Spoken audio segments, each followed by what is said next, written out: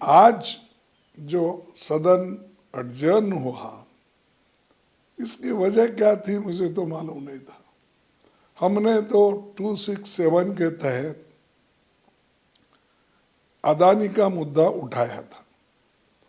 अदानी समूह पर corruption, bribery और फाइनेंशियल इरेगुलरिटीज के गंभीर आरोप है। उसके बारे में हम सदन के सामने रखना चाहते थे और 2030 करोड़ के नज़दीक रिश्वत दी गई। जनता के पैसे का इस्तेमाल रिश्वत के लिए दिया गया।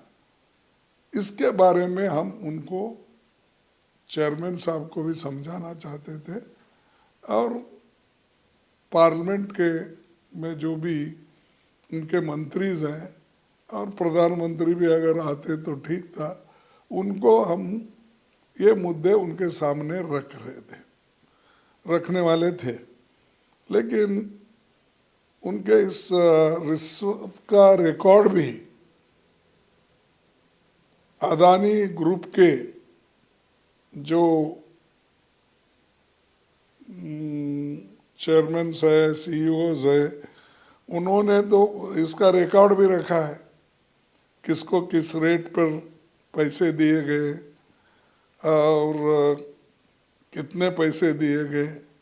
इसका सब रिकॉर्ड उनके पास वहाँ पर अमेरिका के खुफिया एजेंसी ने ये सीज कर लिया है, उनके पास ये रिकॉर्ड है।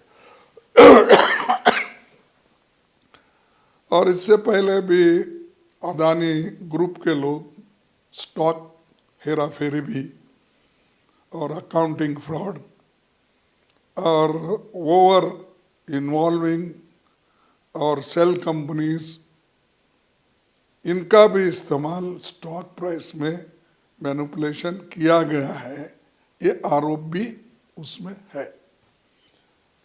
फिर जहाँ जहाँ मोदी जी जाते हैं वहाँ इस समूह के कॉन्ट्रैक्ट मिलते हैं। अगर आप लोगों को ये बताना चाहूँगा मैं, बहुत लंबा लिस्ट है कि जिस जिस जगह मोदी जी ने गए हैं उस जगह कौन से कॉन्ट्रैक्ट उनको मिले हैं, ये भी मैं बता सकता हूँ। इसीलिए हम ये चाहते थे कि इसको डिस्पैशनेटली हाउस में डिस्कशन हो। इसीलिए हमने 267 के तहत आज के जो भी ये है बिजनेस है, उसको आप पोस्टपोन करो और सिर्फ इसके ऊपर चर्चा ले लो। क्योंकि आप देखेंगे कल पेपरों में, मीडिया में भर के आ रहा है, जो चीज़ देश का नुकसान हो रहा है और जिसमें डायरेक्टली जो दुनिया का भरोसा हम पे उड़ रहा है, तो उस वक्त हम ये चीज़ें हाउस में लाना ज़रूरी है। देश को बचाने के लिए हमने ये मुद्दा उठाया था, ताकि हाउस को डिस्टर्ब करने के लिए नहीं। ले जो मोदी कहते हैं हाउस को डिस्टर्ब करते हैं, हुड़दंग मचाते, वो ये हुड़दंग है। उन्होंने खुद ही बांग्लादेश गए और वहाँ पर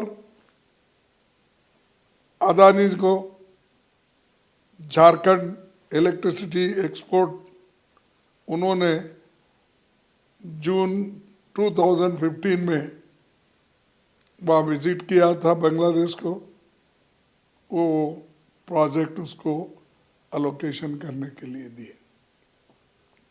मलेशिया मेगा कंटेनर प्रोजेक्ट को मार्च 2017 में गए थे, वहाँ उनको अप्रैल 2017 में ये कॉन्ट्रैक्ट मिला। इजराइल ड्रोन मैन्युफैक्चरिंग हाइपोपोर्ट एक्वायर्ड, और ये जुलाई 17 को गए थे, दिसंबर 2018 में वो इनको मिला। और सिंगापुर गए Prime Minister, वहाँ investment of 1,000 crore in Adani Port by state-owned Singapore investment firm. ये उनका विजिट हुआ 2018 में और जून में 2018 वहाँ पर उनको कॉन्ट्रैक्ट मिला। इसी ढंग से श्रीलंका कंटेनर टर्मिनल पोर्ट 2020 को गए, प्राइम मिनिस्टर विजिट किए, वो 2020 को उनको कॉन्ट्रैक्ट मिला अदानी ग्रुप को। नेपाल गए, take over of 2 international airport, वो जून 2013 में ये गए और ये ऑनगोइंग प्रोसेस चल रहा है। तंजानिया 30 साल की एग्रीमेंट और कंटेनर टर्मिनल ऑपरेशन का है, ये अक्टूबर 2023 को हुआ, लेकिन विजिट हुआ उनका मई 2024 में ये भी हुआ। कीनिया में मेन इंटरनेशनल एयरपोर्ट दिसंबर 2023 में हुआ और मार्च 2024 9 प्रोजेक्ट स्टैंड्स कैंसल्ड। उसमें गड़बड़ी है, इसीलिए कीनिया के प्रेसिडेंट ने इसको कैंसल कर दिया वहाँ के लोकल लोगों के डिमांड से। देखिए, ये बाहर के लोग आकर हमारे देश को लूट रहे हैं, इसीलिए इस फर्म का बदनामी हो गया है, इसीलिए हम नहीं चाहते कि ये हैंडओवर उनको करे, तो वो भी हो गया। लेकिन प्राइम मिनिस्टर दिसंबर 2023 में गए थे वहाँ।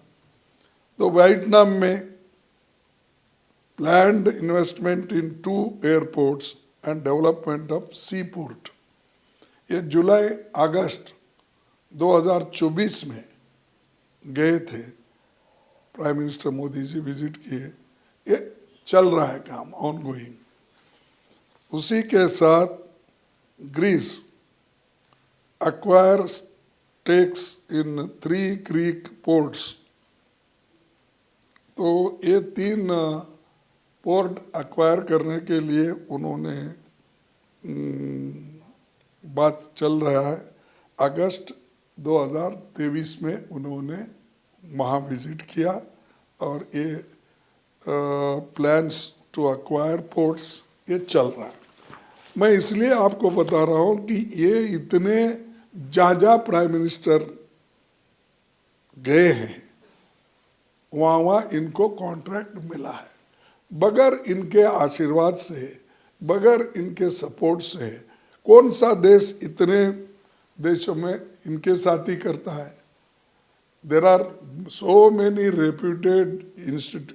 reputed companies, investors in India, सब छोड़ के इनको, और वो कहाँ पहले जाते हैं, इनसे पहले वहाँ पर ये सब होता है।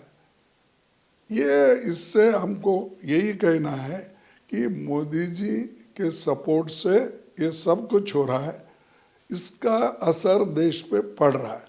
ये हम उठाना चाहते थे, लेकिन इसको हमको मौका नहीं दिया गया, और उसी के साथ एक कंपनी के बिजनेस इंटरेस्ट को बढ़ावा देने और भ्रष्टाचार को प्रमोट करने, रिश्वत के भुगतान को फैसिलिटेट करने के केंद्र सरकार के ये PSU और SECI की भूमिका को लेकर सवाल है। ये सवाल उनके लिए है, और ये जहाँ जहाँ मोदी जी जाते हैं वहाँ वहाँ इस कंपनी को, इन लोगों को कॉन्ट्रैक्ट मिलता है। ये कैसा मिलता है? तो ये सवाल हम उठाए थे ताकि इसका डिटेल चर्चा हो, लेकिन बदकिस्मती है कि इसको हमको चर्चा करने के लिए सरकार ने कुछ भी नहीं बोला, रिएक्ट नहीं किया। और खैर चेयरमैन साहब ने हमको ये बोला, नहीं ये मुद्दा उठा नहीं सकते, हम पहले इसके बारे में ऐसे डिसीजंस लिए हैं कि ऐसे कोई भी 267 में हम मौका नहीं दे सकते, ये उनका कहना है।